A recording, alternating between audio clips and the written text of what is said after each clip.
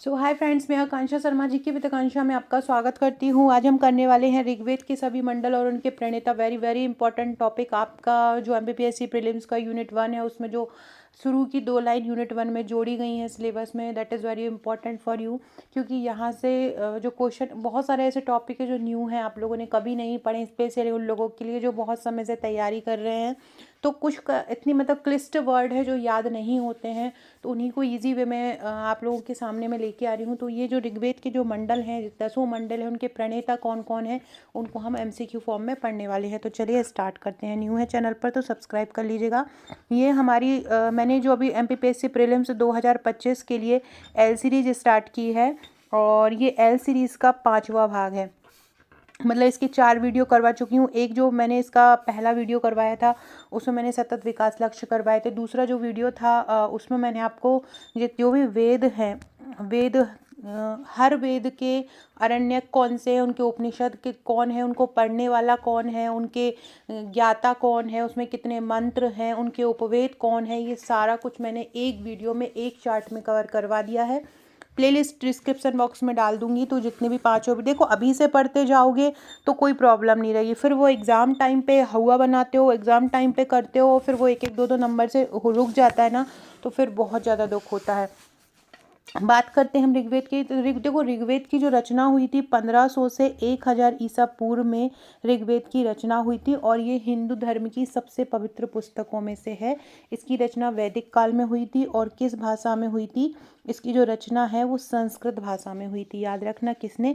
और ये किसी एक ऋषि के लिए नहीं बोला जाता है, इसमें ऐसा नहीं, इसमें बहुत सारे ऋषियों का योगदान होता है ऋषि ऋग्वेद में। तो इसलिए इसके अलग अलग मंडल बनाए गए हैं, और अलग अलग मंडल में इसके प्रणेता भी अलग अलग हैं।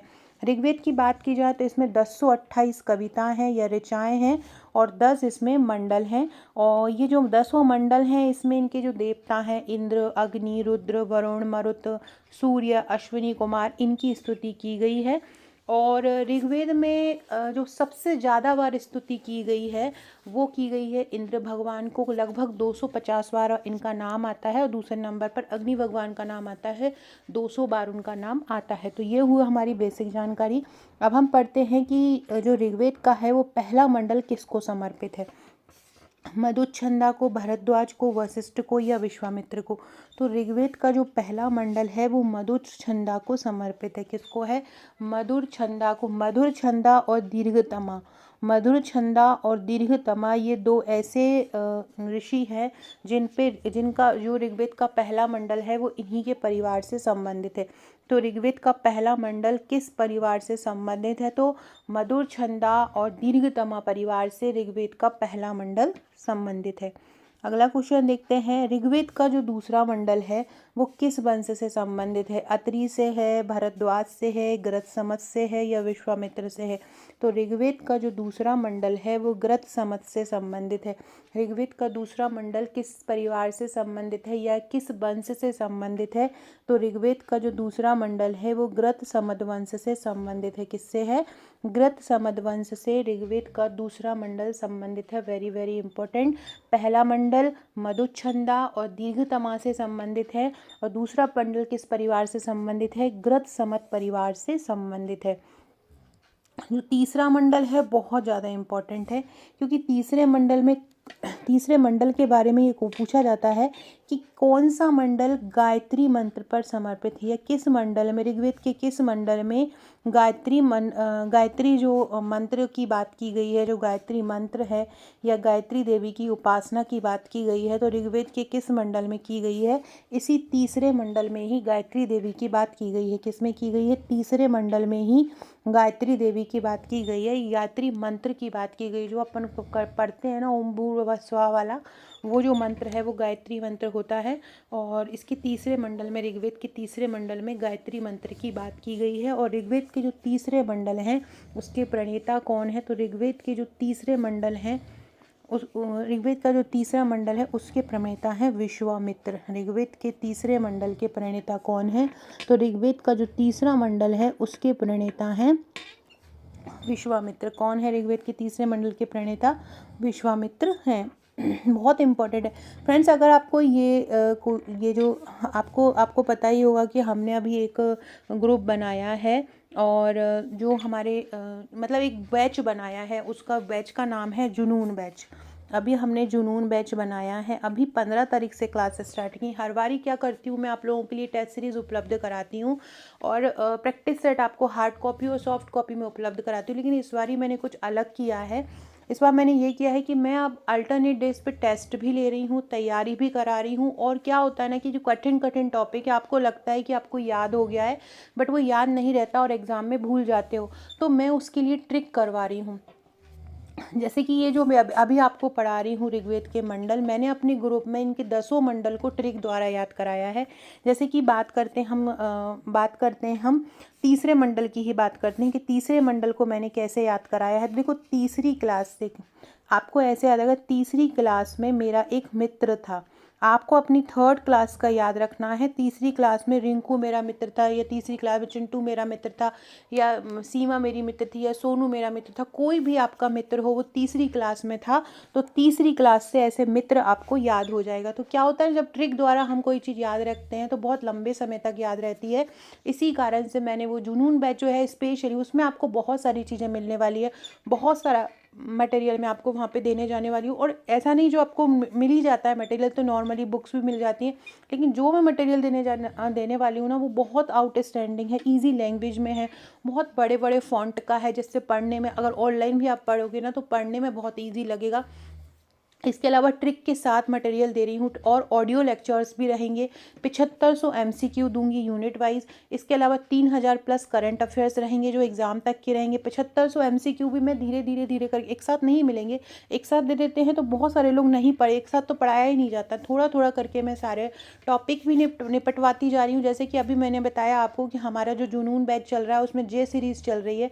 जे सीरीज़ के आज जो था वो 5वां टेस्ट था। आज के 5वें टेस्ट में मैंने क्या पूछा, किस देवता का कितने बार नाम आया है, किस नदी का कितने बार वर्णन है। जैसे गंगा का कितने बार वर्णन है वेदों में, ऋग्वेद का कितना बार वर्णन है, और सॉरी यमुना का कितने बार वर्णन है, गंगा का कितने बार वर्णन है, सिंधु का कितने बार वर्णन है, कौन सी देवी सबसे महत्वपूर्ण है, कौन सी नदी सबसे महत्वपूर्ण है, किस देवता का कहाँ पर उल्लेख किया है, और जो जो इनके जो अलग अलग वेद हैं उनमें सूक्त कितने हैं, अलग अलग वेदों के उपवेद कौन से हैं। तो जनरली हम याद पढ़ तो लेते हैं बट भूल जाते हैं, लेकिन मैंने क्या कराया है वहाँ पे, याद कराया है ट्रिक से। एक मैंने ऋग्वेद की ट्रिक बनाई, उस एक बात से, जैसे ऋग्वेद का कोई भी मैंने वर्ड बना लिया, उस एक वर्ड से मैंने ऋग्वेद के जितने भी फैक्ट हैं सारे कवर करवा दिए हैं। तो आप भी ट्रिक द्वारा पढ़ना चाहते हैं तो हमारा जुनून बैच ज्वाइन कर लीजिए। क्या क्या मिलेगा आगे मैं पढ़ाऊंगी आपको। फिलहाल इसका अगला क्वेश्चन देखते हैं। ऋग्वेद का तीसरा मंडल किससे संबंधित है, विश्वामित्र से संबंधित है। इसके अलावा और क्या है तीसरे मंडल में, तीसरे मंडल में गायत्री मंत्र भी दिया गया है। तीसरे मंडल में और क्या दिया है, गायत्री मंत्र भी दिया है। पूछते हैं ऋग्वेद के किस मंडल में गायत्री मंत्र वर्णित है, तो तीसरे मंडल में गायत्री मंत्र वर्णित है। अगला है, ऋग्वेद का जो चौथा मंडल है वो किस वंश से संबंधित है। ऋग्वेद का जो चौथा मंडल है वो वामदेव से वंश से संबंधित है। मतलब ऋग्वेद के चौथे मंडल के जो प्रणेता हैं वो कौन है, तो ऋग्वेद के चौथे मंडल के प्रणेता वामदेव है। ऋग्वेद के चौथे मंडल के प्रणेता कौन है, वामदेव ऋग्वेद के चौथे मंडल के प्रणेता है। याद रखना कौन है चौथे मंडल के प्रणेता, वामदेव है। अगला है, ऋग्वेद के 5वें मंडल कौन किस वंश परिवार से संबंधित। 5वें मंडल में एक और बात वर्णित है, अग्नि सूक्त। अग्नि सूक्त का वर्णन भी किस वेद में किया है, किस मंडल में किया है, 5वें मंडल में अग्नि सूक्त का वर्णन है। अग्नि सूक्त का वर्णन किस मंडल में है, अग्नि सूक्त का वर्णन 5वें मंडल में। जो भी वीडियो देखे, जो लोग न्यू हैं सारे लोग कमेंट जरूर कीजिएगा, मुझे पता रहे कौन कौन न्यू जुड़ रहे हैं और कौन ओल्ड है। तो सारे लोग कमेंट जरूर कीजिएगा और वीडियो को लाइक भी करते जाइएगा। तो 5वां मंडल किस वंश से संबंधित है, तो 5वां मंडल अगर बात देखो इसमें अग्नि सूक्त का वर्णन है, लेकिन बात करें अगर हम 5वें मंडल किस वंश से संबंधित है, तो 5वां मंडल है अत्रि।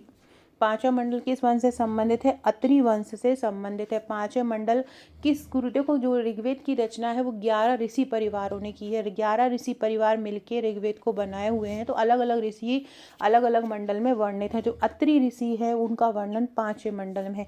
किसका, अत्रि ऋषि का जो वर्णन है वो 5वें मंडल में है। किसमें, अत्रि ऋषि का वर्णन 5वें मंडल में है।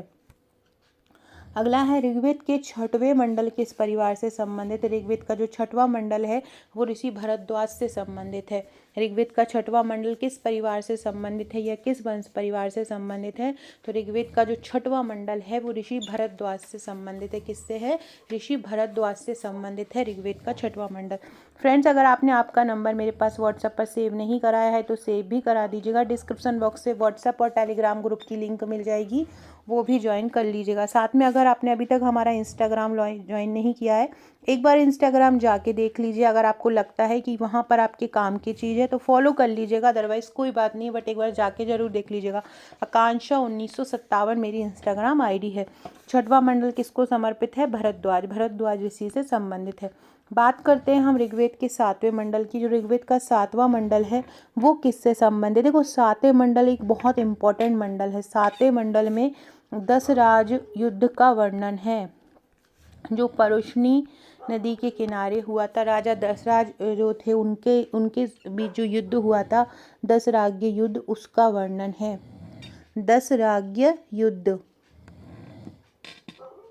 इसका वर्णन किसमें है, दशराज्य युद्ध का वर्णन किसमें है, तो ये है सातवें मंडल में है 10 राज युद्ध का वर्णन। और ये 10 राजाओं के बीच हुआ था। 10 राजाओं का युद्ध है, इसलिए इसको 10 राजन युद्ध भी बोला जाता है। और इसका उल्लेख ऋग्वेद के 7वें मंडल में। आपसे पूछते हैं कि 10 राज युद्ध का वर्णन कि ऋग्वेद के किस मंडल में है, तो 7वें मंडल में है। और इसके ये जो 7वें मंडल थे, इसके प्रणेता कौन थे, इसके प्रणेता थे वशिष्ठ, और इसके सलाहकार थे जो वो विश्वामित्र थे, याद रखिएगा। और ये जो एक राजा सुदास थे, उनके बीच ये युद्ध हुआ था। और ऋग्वेद में इस युद्ध को बहुत ज़्यादा जाना जाता है। इस युद्ध के बारे में बहुत सारे क्वेश्चन भी बनते हैं। परुष्णी नदी के किनारे ये युद्ध हुआ था। और इनके जो सुदास थे, जिनके खिलाफ ये युद्ध हुआ था, वो उनके साथ 10 राजा थे। तो सुदास के साथ 10 राजा थे। और याद रखना है 7वें मंडल में इसका वर्णन है। परुष्णी नदी के किनारे हुआ था। परुष्णी नदी को वर्तमान में क्या कहा जाता है, परुष्णी नदी को वर्तमान में रावी नदी कहा जाता है। क्या कहा जाता है, परुष्णी को रावी नदी कहा जाता है। और इसी नदी के, तो ये पूछते हैं कि दशरथ जो युद्ध हुआ था वो किस नदी के किनारे हुआ था, तो दशरथ जो युद्ध हुआ था वो किस नदी के किनारे हुआ था, रावी या परुष्णी नदी के किनारे हुआ था। पंजाब और पाकिस्तानी जो पंजाब है उसके पास ये है। इसका परिणाम क्या हुआ था कि भारत आर्य समुदाय की तुस्सू कबीला था, उसकी विजय हुई थी। तुस्सू कबीले की इसमें विजय हुई थी। और ऋग्वैदिक कबीलों पर सुदास का अधिकार हो गया था। ये दशराज युद्ध के बारे में चर्चित है, तो ये सारे चीज़ याद रखिएगा। दशराज युद्ध का वर्णन 7वें मंडल में है। और ऋग्वेद के 7वें मंडल के प्रणेता कौन है, ऋषि वशिष्ठ हैं। फ्रेंड्स, ये देखिए जो हमारा जुनून बैचेस में क्या क्या दिया जा रहा है। सबसे पहले तो ये 7500 प्लस MCQ आपको दिए जाएंगे। टॉपिक वाइज, यूनिट वाइज सब प्लस सारे एडवांस लेवल के क्वेश्चन यहाँ पे कवर रहेंगे। Topic wise theory ebook दी जाएगी। कोई भी टॉपिक रहेगा उसका टॉपिक वाइज कंप्लीट दिया जाएगा। जैसे कि अभी हमने बहुत सारी ई बुक हमारे, जैसे कि करीब 500 करंट अफेयर्स पहुँचा दिए हैं। MPGK की 3010 MCQ ई बुक, वो भी व्याख्या सहित बहुत ईजी लैंग्वेज में कवर की गई है। टॉपिक वाइज जो छोटे छोटे टॉपिक हैं, जैसे कि भारतवर्ष हुआ, वेदास हुए, अरण्यक हुए, उपनिषद हुए, वेदांग हुए, इनके छोटे छोटे टॉपिक की PDF आपको बहुत इजी लैंग्वेज में मिलेगी। और साथ में हम उसको तैयार करवा रहे हैं टेस्ट द्वारा। एक टारगेट देते हैं, एक दिन टेस्ट का टॉपिक देते हैं, उसको तैयार करवाते हैं ट्रिक द्वारा, ऑडियो लेक्चर्स द्वारा, और अगले दिन उसका टेस्ट देते हैं। ऑडियो लेक्चर द्वारा कठिन टॉपिक याद होते हैं, चार्ट और चित्रों द्वारा टॉपिक याद होता है। MP स्पेशल 3000 MCQ बुक दी जा चुकी है। जैसे ही आप हमें ज्वाइन करते हैं, हमें पेमेंट करते हैं, हम आपको 2 टेलीग्राम और एक व्हाट्सएप ग्रुप से ऐड करते हैं। वहाँ पर जो पुराना सारी PDF आपको वहाँ पर मिलती जाया करेंगी। 7500 प्रैक्टिस सेट प्रश्न मिलेंगे, 2500 plus current affair, Madhya Pradesh special current, daily target, 100% selection तैयारी है। चित्रों और टेबल द्वारा ये तैयारी करवाई जाएगी। बहुत ही मतलब एक अलग तरीके से एक तैयारी करवा रहे हैं। डेली एक टारगेट दिया जा रहा है और फिर उस टॉपिक को तैयार करवाने के लिए हम उसकी ट्रिक आपको लिख कर देते हैं, फिर हम उसको ऑडियो द्वारा आपको समझाते हैं और फिर अगले दिन उसका टेस्ट लेते हैं। ऐसे हर एक टॉपिक निपटता जाएगा और आपका MPPSC जो 2-2 3-3 नंबर से रुकता है वो नहीं रुकेगा। तो आप भी हमारा ये जुनून बैच लेना चाहते हैं तो ले सकते हैं। शुरू के 50 लोगों को ये 999 में दिया गया था, उसके बाद 100 लोगों को ये 1499 में दिया गया है और अब 150 लोगों के लिए 1499 कर दिया है। उसके बाद इसका जो रेट है वो 1999 हो जाएगा। तो जो लोग भी करीब 120-125 लोग हो चुके हैं, जो लोग भी शुरू के 150 में आना चाहते हैं, फिर रेट 1999 हो जाएगा। तो सारे लोग ज्वाइन कर लीजिए। 1499 रुपये अभी इसका चार्ज है। शुरू में बार बार बोल रही थी, शुरू में इसका चार्ज केवल 999 था, क्योंकि हम हर कुछ प्रोवाइड करा रहे हैं। डेली का आपको टेस्ट बना के देते हैं, जैसे कि टेस्ट होता है टाइमर लगा के, ऐसे रोज़ टेस्ट होता है और उसकी रैंकिंग लगती है। ट्रिक द्वारा जो भी पढ़ना चाहता है, डेली टारगेट से पढ़ना चाहता है, एडवांस लेवल के MCQ पढ़ना चाहता है, वो हमें ज्वाइन कर सकता है। अगर आपको थ्योरी नोट्स चाहिए, घर पे मंगवाना है, तो आप हमारी ये यूनिट वाइज नोट्स मंगवा सकते हैं। इसमें टोटल आपको 10 बुकलेट मिलती हैं और बहुत यूनिट वाइज बहुत इजी लैंग्वेज में हैंड रिटन ये नोट्स हैं। हैंड रिटन तरीके से इनको कवर किया गया है। तो जो भी लेना चाहते हैं इस नंबर पर मुझे व्हाट्सएप कर सकते हैं। मेरे जितने भी वीडियो के PDF हैं वो भी सारे वहीं पे जाएंगे। और कोई भी कठिन, जैसे कि आपको ये मंडल याद नहीं हो रहा है, लेकिन हमारे जो जुनून बैच के जो स्टूडेंट हैं वो उनको ये मंडल याद हो गए हैं, क्योंकि हमने उनको वहाँ पे ट्रिक द्वारा याद करवा दिया है। ऋग्वेद का 8वां मंडल किस वंश से संबंधित है? जो 8वां मंडल है वो है कण्व और अंगिरस से संबंधित है। किससे है 8वां मंडल, किससे संबंधित है? तो जो 8वां मंडल है वो कण्व और अग्निरस से संबंधित है। किससे है? कण्व और अंगिरस से 8वां मंडल संबंधित है। अगला है ऋग्वेद का 9वां मंडल। ऋग्वेद के 9वें मंडल बहुत इंपॉर्टेंट है, क्योंकि उसमें सोम देवता की स्तुति की गई है। ये वनस्पति के देवता होते हैं सोम, और इसकी स्तुति 9वें मंडल में की गई है। 9वें मंडल में सोम देवता का उल्लेख है या सोम स्थिति का उल्लेख है। पूछते हैं कि किस मंडल में सोम स्थिति का उल्लेख है या सोमदेव का वर्णन किस मंडल में किया है? तो 9वें मंडल में ही किया गया है। और 9वें मंडल के जो प्रणेता हैं वो कौन है? तो अंगिरस और कश्यप 9वें मंडल के प्रणेता हैं। अंगिरस और कश्यप 9वें मंडल के प्रणेता हैं, याद रखिएगा। अगला क्वेश्चन है ऋग्वेद का 10वां मंडल, और ये लास्ट मंडल है। ऋग्वेद में टोटल 10 मंडल है। इसमें पुरुष सूक्त का वर्णन किया है। ऋग्वेद में किसका मंडल वर्णन किया है? 10वें मंडल में पुरुष सूक्त का वर्णन किया है। ब्रह्मा के मुख से इनका ब्राह्मण पैदा हुए, इस प्रकार से क्षत्रिय हुए, वैश्य हुए, शूद्र हुए, 4 वर्ण जो बनाए हैं पुरुष सूक्त में, उसका वर्णन जो है वो 10वें मंडल में है ऋग्वेद के। और ऋग्वेद का जो 10वां मंडल है वो इंद्राणी परिवार से संबंधित है। किससे संबंधित है ऋग्वेद का 10वां मंडल? इंद्राणी परिवार से ऋग्वेद का 10वां मंडल संबंधित है। और पुरुष सूक्त का वर्णन भी इसी 10वें मंडल में किया गया है। तो सारे लोग ये फैक्ट याद रखिएगा। तो ऋग्वेद का पहला मंडल मैंने बताया था, पहला मंडल मधुच्छंदा ने, ऋग्वेद का जो पहला मंडल है वो मधुच्छंदा द्वारा दिया गया है या मधुच्छंदा से संबंधित है ऋग्वेद का पहला मंडल। दूसरा मंडल गृहस्थ समझ से संबंधित है। दूसरा मंडल किससे है? गृहस्थ समझ से संबंधित है। तीसरा जो मंडल है वो विश्वामित्र से संबंधित है। चौथा मंडल वामदेव से संबंधित है। पांचवा जो मंडल है वो अत्रि वंश से संबंधित है। छठवां जो मंडल है भरद्वाज वंश से संबंधित है। सातवां मंडल वशिष्ठ से संबंधित ऋषि। आठवें मंडल जो है वो कण्व और अंगिरस से संबंधित है। नवां मंडल जो है वो अंगिरस कश्यप से संबंधित है। और 10वां मंडल इंद्राणी सची से संबंधित है। सो ये पूरे 10 मंडल के प्रणेता मैंने करवा दिए हैं। ऐसा आपको पसंद आएंगे। पसंद आए तो वीडियो को लाइक शेयर सब्सक्राइब जरूर कीजिएगा। हमारा जुनून बैच ज्वाइन करना चाहते हैं तो मुझे इस नंबर पर व्हाट्सएप कीजिएगा। Okay friends, thank you.